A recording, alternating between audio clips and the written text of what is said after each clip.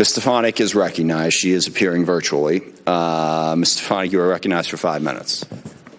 Thank you, Chairman Smith. I want to first start off by saying that I'm honored and privileged to represent Fort Drum, home of the 10th Mountain Division, the most deployed division in the U.S. Army since 9/11. And I want to take this opportunity to thank every soldier, every serviceman and women for deployment after the past 2 decades. The North Country, this committee, and this country are forever grateful for your service and sacrifice of both you and your families.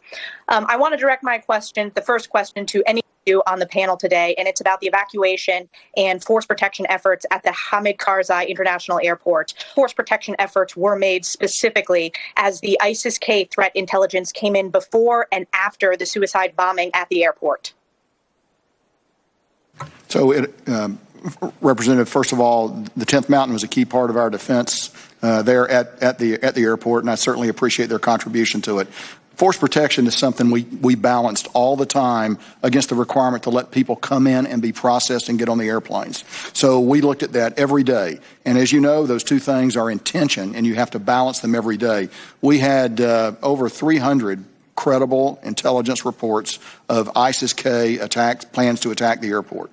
Turns out that they were able to carry out one successful suicide vest attack. They also launched rockets at us. There were many other attacks that we were able to either vector Taliban elements onto to prevent, or perhaps the Taliban were able to prevent those by the outer cordon that they established. But force protection was a key thing that we balanced throughout the entire operation, and we thought the risk was very high at all time. Again, principally from ISIS-K, and I'll pause there, ma'am.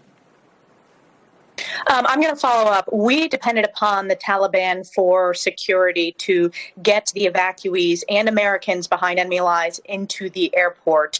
Did the United States or coalition forces provide money, any form of payment or assistance to the Taliban to expedite the evacuation of Americans as the security environment in Kabul deteriorated? No, we did not. What we did was we asked the Taliban to establish a cordon about 1,000 meters, 1 kilometer beyond each of the gates, where we could reduce the number of people that were coming down and showing up at the gates, so we wouldn't have the possibility of a mass attack. They did that. They were not compensated or rewarded in any way for that. It was a very pragmatic, business-like discussion. I don't trust the Taliban. I didn't trust them then. I don't trust them now. So that was the method, the way we approached it.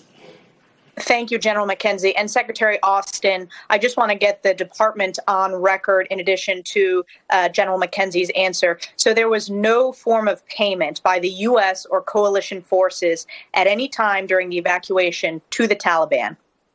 To my knowledge, there was none. And Chairman Milley? I have no knowledge of any money that transmitted from any element of the United States government to the Taliban whatsoever.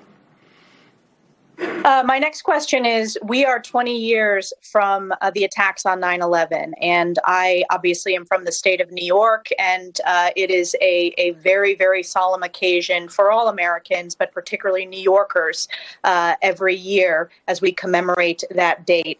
I would like to get your assessment. Is the terrorist threat from Afghanistan greater today or lesser than it was pre-9/11? I'll start with you, Chairman Milley.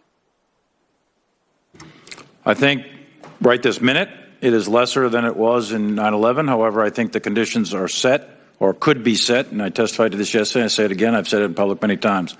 The conditions could be set for a reconstitution of al-Qaeda and or ISIS, and I gave some specific times in my statement, and I stand by those. I think that it's a real possibility in a not too distant future, 6, 12, 18, 24, 36 months, that kind of time frame, for reconstitution of al-Qaeda or ISIS, and it's our job now, under different conditions, but it's our job to continue to protect American citizens against attacks from Afghanistan. Secretary Austin, your response to that question? I would agree with General Milley that al-Qaeda has been degraded over time.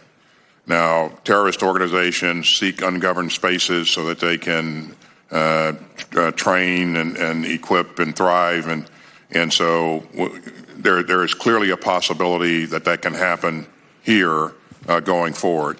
Our goal is to maintain a laser-like focus on this so that it doesn't happen. And I apologize, the gentlelady's time has expired. Mr. Carbajal is recognized for 5 minutes.